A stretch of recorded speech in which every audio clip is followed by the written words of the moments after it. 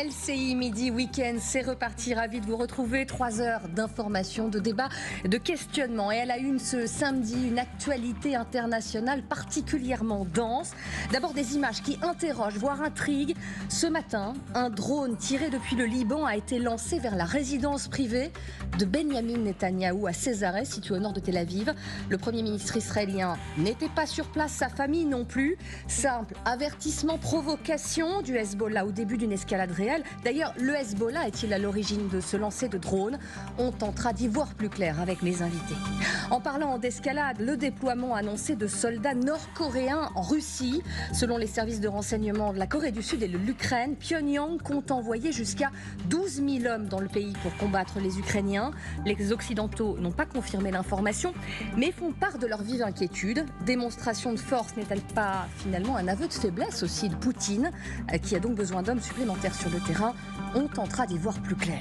Et à présent, je vous propose de regarder cette image. Elle date de ce matin. Le soleil venait à peine de se lever. Elle dure quelques secondes. On en parle ensuite.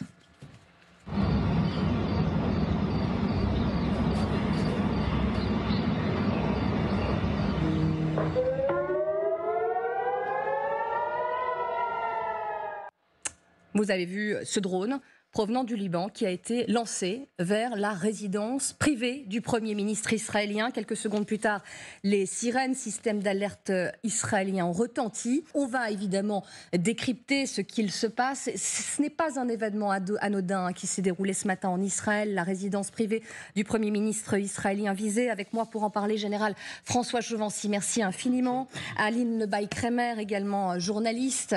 Et puis Louis Duclos, analyste géopolitique. D'abord, on a vu cette séquence, général Chauvency. Que vous inspire juste précisément ce qui s'est passé ce matin? On a vu, et pour bien les décrypter, cet hélicoptère israélien également qui tourne dans le ciel. On est dans un lieu extrêmement sécurisé, la résidence privée de Benyamin Netanyahou, et on précise qu'il n'était pas à l'intérieur. Donc, comment vous analysez les choses? On est dans la provocation seulement, là? Ah non, on n'est pas dans la provocation, on est simplement peut-être... Moi je m'étonne que ce n'ait pas eu lieu avant déjà, pour commencer, puisqu'à priori... C'est votre observation ce matin? Ah oui. Vous vous dites... il n'y a pas de raison que les dirigeants israéliens ne soient pas visés par le Hezbollah ou même le Hamas s'ils en avaient les moyens. Ça fait partie quand même de la guerre que nous suivons depuis presque un an. Il y a des éliminations physiques. Bon, ça c'est le premier point. Maintenant, la réussite. Bon, le drone est passé, mais nous savons tous que les drones aujourd'hui peuvent passer malgré l'homme de fer. Pas tous, quelques-uns. Donc déjà, c'est aussi une faille peut-être de sécurité, puisque le drone a réussi à passer. Une faille de sécurité israélienne. Israélienne, bien entendu. Et là, on voit aussi quand même que ça a été filmé, qu'il y avait des hélicos. Ça veut dire en gros quand même que la sécurité était assurée. Mais l'arrivée d'un drone, finalement, n'est pas extraordinaire dans le contexte, je dirais, militaire d'aujourd'hui. Ça arrive un peu partout. Et puis maintenant, vous parlez de provocation. Je dirais presque que c'est une réponse peut-être aussi à l'élimination de Sinoir, en disant voilà, nous sommes aussi capables d'essayer de vous frapper. Ça ne veut pas dire qu'on va y arriver, mais on vous le montre. Et il y a des images qui vont avec. Et puis je dirais peut-être un quatrième et dernier point. Le fait de le signaler et de le communiquer du niveau israélien veut dire beaucoup de choses. D'abord, nous sommes menacés. Oui. L'ennemi n'est toujours pas éradiqué. Mais cette guerre n'est pas terminée, en effet. Et nous assurons quand même la sécurité, même si elle est imparfaite. Voilà, c'est un ensemble de messages qu'on pourrait décoder à partir de cela. On a finalement, Louis Duclos, assez peu de détails quant à l'intention de ce drone. On ne sait pas, il s'est écrasé, on ne sait pas si la maison a directement été visée. Rappelons, c'est important aussi, que Benyamin Netanyahou, sa famille, son épouse, n'étaient pas sur le lieu, sur les lieux, pardonnez-moi. Qu'est-ce que cela dit? Qu'est-ce que cela dit de ce que l'a donné à voir au monde l'information israélienne à l'heure où l'on parle? Moi, j'aurais tendance à voir cet acte comme une sorte de coup de poker. Ils ont voulu tenter leur chance, ils ont voulu tirer sur la maison de Netanyahou, peut-être pour lui faire du mal à lui ou à sa famille, ou en tout cas, ce qui est sûr, c'est pour envoyer un message. Évidemment, il y avait très peu de chances de succès. On ne sait pas si ça touchait la maison, mais je pense que s'il l'avait touché, on l'aurait su, ça aurait été fortement médiatisé. On ne sait pas encore quel type de drone c'est. Peut-être que c'est un drone iranien, un Shahed, mais je n'ai pas l'impression sur les images. Là, quand vous voyez les images, donc vraiment pour que les téléspectateurs se rendent compte, c'est bien ce drone qui visait la maison, la résidence privée du Premier ministre israélien. On voit qu'il y a un hélicoptère qui ne l'a pas abattu. C'est intéressant. Est-ce qu'il voulait juste le suivre pour savoir où il allait aller, ou alors peut-être qu'il ne voulait pas le détruire pour ne pas que les débris tombent dans des zones résidentielles. Donc il y a encore plein de choses à savoir et les informations vont venir au compte-gouttes. Aline Lebay-Kramer, la volonté aujourd'hui d'éliminer Netanyahou, parce qu'on va revenir sur qui pourrait être à l'origine de cette attaque. Certains médias israéliens affirment que des autorités disent que l'Iran serait derrière tout cela. La volonté aujourd'hui d'éliminer le Premier ministre israélien, surprotégé, on le sait, on reviendra aussi sur cette surprotection normale à ce titre de chef du gouvernement. Elle est réelle aujourd'hui. Bien sûr, et ce que ça vient dire aussi, c'est la question de la défense aérienne, qui est un des enjeux clés en ce moment, notamment dans la relation américano-israélienne. Et on sait aussi que se prépare en Israël, qui est discuté de comment, du pourquoi. D'ailleurs, Biden a affirmé savoir où et comment ça allait se passer. Voilà. Mais absolument, quand il dit ça, ce que ça veut dire aussi dans le temps là qui file, c'est dans cette perspective-là, comment on protège le ciel israélien et comment on protège les villes. Parce que si il y a une attaque d'Israël vers l'Iran, il s'attend aussi à une réponse. Et c'est ça beaucoup qui anime aussi en ce moment toutes ces questions-là. Parce que des attaques dans le ciel israélien, il y en a énormément. Il y en a tous les jours. Il y a des roquettes en ce moment sur Haïfa. Donc la question clé en ce moment qui va déterminer aussi la nature de la réponse israélienne à l'attaque massive de drones d'il y a quelques semaines, c'est la question de la défense aérienne. Et c'est pour ça qu'il y a énormément de choses qui sont scrutées. Et ce qui est effectivement comment ce drone a pu se retrouver là, à cet endroit-là, sur cette cible évidemment majeure en termes de sécurité nationale israélienne. Et c'est ce que va être décortiqué pour pouvoir prévoir de la capacité israélienne à assurer une défense correcte si il s'engage dans une riposte directe face à l'Iran. Et on apprend ce matin qu'une centaine de missiles ont été tirés depuis le Liban sur Israël ce matin, des salles de roquettes plus précisément et pas des missiles. Juste, Général Chevancy, on voit où se situe géographiquement la résidence privée de Benyamin Netanyahou, Césarée, on est à quelques kilomètres de Haïfa, pas loin de la mer, et on voit ces images aériennes aussi de cette résidence privée. On apprend, et ce n'est pas inintéressant aussi de le rappeler, cours du mois d'août, cette même résidence avait été aussi survolée par un drone, information là aussi de confrères israéliens. Est-ce que vous pensez que cela peut changer la doctrine de protection du Premier ministre, ce type d'événement-là, où il est d'ores et déjà parfaitement protégé, dirais-je? Aucune protection n'est éternelle. Donc en fonction des attaques subies ou déjouées ou contrecarrées, il y a une évolution forcément de la sécurité, parce que c'est le jeu du glaive et du bouclier. On cherche la faille, une fois qu'elle est trouvée, on tente sa chance. Réaction de ceux qui protègent, on va régler le problème de la faille, on va la régler même d'ailleurs. Et voilà, donc c'est un jeu permanent. Donc rien n'est assuré, rien n'est éternel. Et tous ceux qui croient qu'une protection d'un jour durera pendant 5, 10, 1 an, non, ce n'est pas vrai. Donc c'est une vigilance permanente. Et peut-être que là, il y a aussi une faille de vigilance à un moment donné. Mais je me répète par rapport à tout à l'heure. Un drone, aujourd'hui, on voit que les drones passent. Ils passent partout, ouais, même s'il n'y en a pas beaucoup qui passent. Voilà. Donc, et puis ce que vous évoquiez comme incident au mois d'août de reconnaissance de zone, finalement, bah oui. Si oui, déjà, ça ressemble vraiment à ce qui s'est passé aujourd'hui. Voilà. Hein, si un drone a réussi à passer sans se faire abattre, et qu'on le sait, et que, en gros, 2 mois après, un drone vient frapper ou tenter de frapper la résidence, on peut s'interroger, est-ce que la faille de sécurité a bien été identifiée? Est-ce qu'elle a bien été prise en compte? Est-ce que toutes les mesures de sécurité ont été bien prises? Ouais, on le voit, ces photos de cette résidence avec des bunkers, 8 pièces spéciales. Vous acquiescez à oui, bien sûr. Une résidence, oui, qui a des moyens de protection assez colossaux. Je vous pose la question, Louis Duclos, quelle est l'intention là, aujourd'hui? L'intention, dans l'idéal pour le Hezbollah, ou en tout cas pour ceux qui ont envoyé le drone, c'est de tuer Benyamin Netanyahou. Il faut se rappeler que Benyamin Netanyahou a ordonné des frappes qui ont tué les leaders du Hezbollah, les leaders du Hamas. Donc évidemment, envoyer un drone sur sa maison, c'est exactement pour faire pareil et c'est lui rendre un peu la monnaie de sa pièce, la loi du talion. C'est aussi pour envoyer un message, pour montrer qu'ils se défendent, que Netanyahou n'est pas en sécurité et qu'à tout moment, ils peuvent frapper eux aussi en plein cœur de l'exécutif israélien. Oui, Aline Lebay-Kramer, là-dessus, vous acquiescez, vous allez dans ce sens. Évidemment, le timing, et on va revenir sur ces dernières 48 heures, la mort, l'élimination de Yahya Sinwar, ces images aussi qui ont fait le tour du monde de Yahya Sinwar dans ces derniers instants. Là, un message est envoyé. Oui, et ça correspond aussi aux annonces américaines assez spectaculaires en termes de livraison de nouveaux matériels de défense aérienne, justement, notamment un système THAAD qui est, on va dire, la Rolls-Royce en termes de défense, donc qui est en train d'être acheminé. Donc ça correspond aussi à ce moment-là. En gros, est-ce qu'ils se disent, est-ce que le système est arrivé, où il est? Il y a ça aussi dans tous ces tests de tester, en fait, cet effort de tester le ciel israélien. Où est-ce qu'ils en sont? Où est-ce qu'il y a des failles, en effet? Parce qu'en tout cas, ce qui est certain, et en tout cas ce qui est public, c'est que les Américains acheminent en ce moment. Donc il y a vraiment une préparation, une montée de tension, parce que il y a quand même de fortes chances, encore une fois, qu'il y ait vraiment une réponse israélienne, et tout le monde est un peu suspendu d'ailleurs sur la nature, quand, comment, une réponse israélienne à l'attaque massive qui, je rappelle, a mis quand même 200 missiles balistiques dans le ciel israélien. Donc là, les Israéliens, ils ont quand même une forme d'expérience en termes de défense. Donc c'est pas un drone ou 3 drones. Qu'est-ce qu'il se passe avec ce geste-là? Mais ce n'est pas 3 drones qui va aller percuter non plus la défense anti-aérienne israélienne. Une forme de dialogue extrêmement violente qui se joue là avec ces images. Le ciel israélien est capable d'arrêter 200 missiles balistiques. Donc le ciel israélien, a priori, est capable d'arrêter quelques drones. Après, en effet, il y a toujours des failles par-ci par-là. Donc, qu'est-ce qu'ils sont en train de tester? Probablement aussi où en sont les renforts américains sur le ciel, avec toutes les questions qui se posent en ce moment de cette riposte. Comment aller jusqu'en Iran? Par où passer? Est-ce qu'on passe par l'Irak?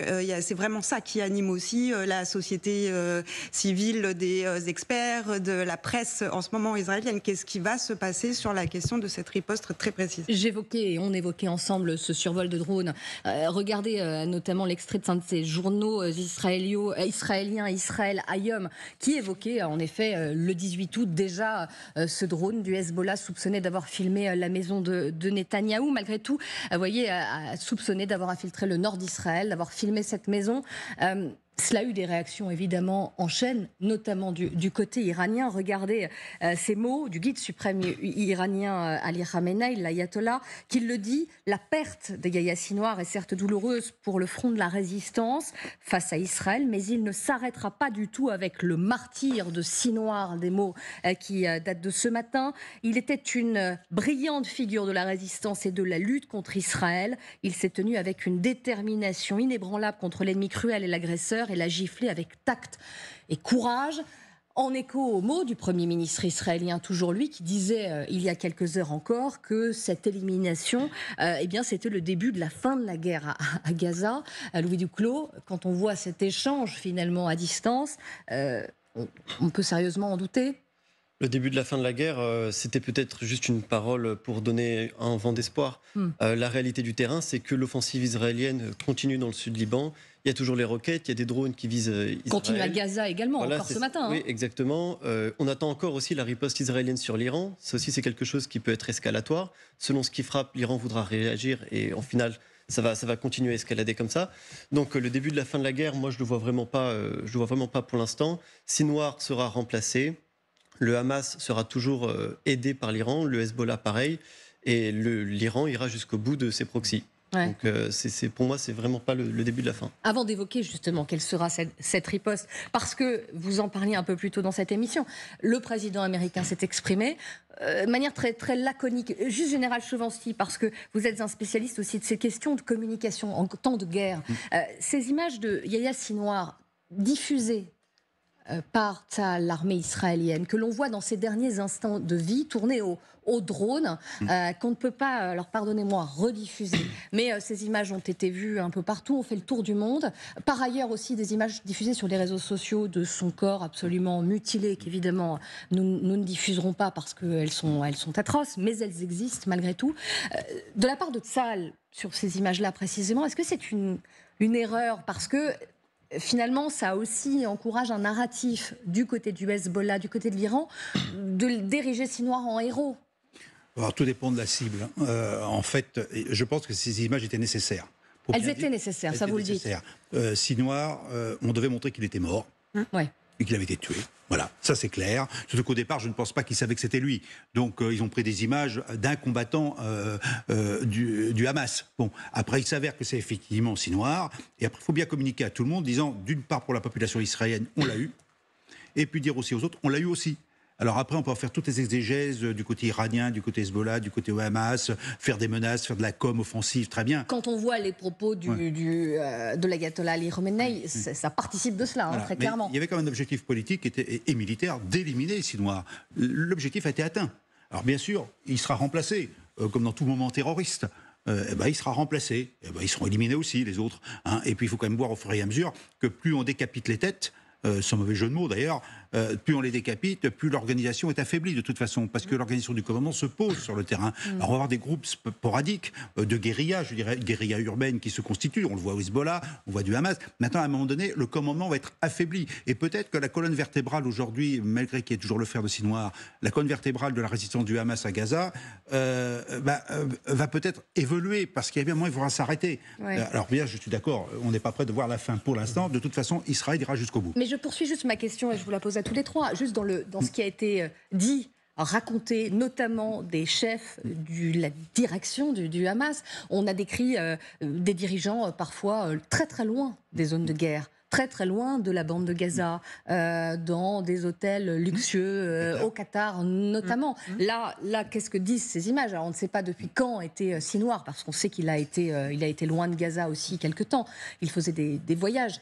Mais qu'il était sur le terrain, auprès des combattants du Hamas. Enfin, il y a quelques remarques. Moi, j'étais frappé surtout du faible niveau de protection de Sinwar. Avec tous les commentaires qui ont été dits, c'est sûr du côté israélien, c'était Sinwar qui errait, entre guillemets, de maison en maison. Alors peut-être le narratif, j'en sais rien, dans Gaza, avec 2-3 combattants autour de lui. C'est comme les témoins. Là, on le voyait quasiment seul. Hein. Donc, on peut se poser la question de savoir s'il était encore capable de commander le groupe Hamas. C'est une question qu'on peut se poser quand même. Et quand même, en termes de sécurité, errer dans une zone de guerre, avec si peu de combattants autour de soi, et d'une manière peut-être un peu comme si on était chassé, c'est un peu le narratif d'ailleurs israélien, qui a été pourchassé. Les images renforcent aussi, je dirais, ce sentiment. Aline, là-dessus. Oui, le narratif israélien explique qu'il était en fuite, en fait, et qu'il y avait une traque, qu'il y avait un étau qui se resserrait sur lui. D'ailleurs, en ce moment, et c'est ce qu'ils essayent de faire, c'est-à-dire d'héroïser sa fin. Il est mort en martyr, il est mort en lançant, pardon, mais ça reste un bout de bois. Il est pas, voilà, il lance un bout de bois d'un fauteuil, d'un appartement. Donc il y a, une opposition de narratif.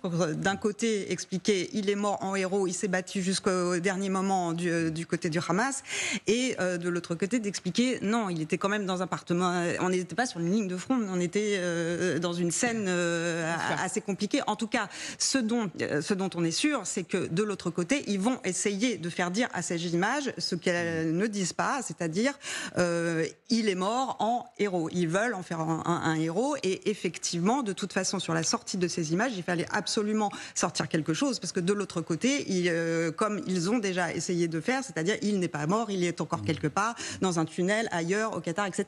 Mais enfin, là, en termes de bureau politique, le Hamas, quand même, est assez réduit. Il y en a 9 responsables, je crois qu'il en reste que 3, et qui sont des seconds couteaux.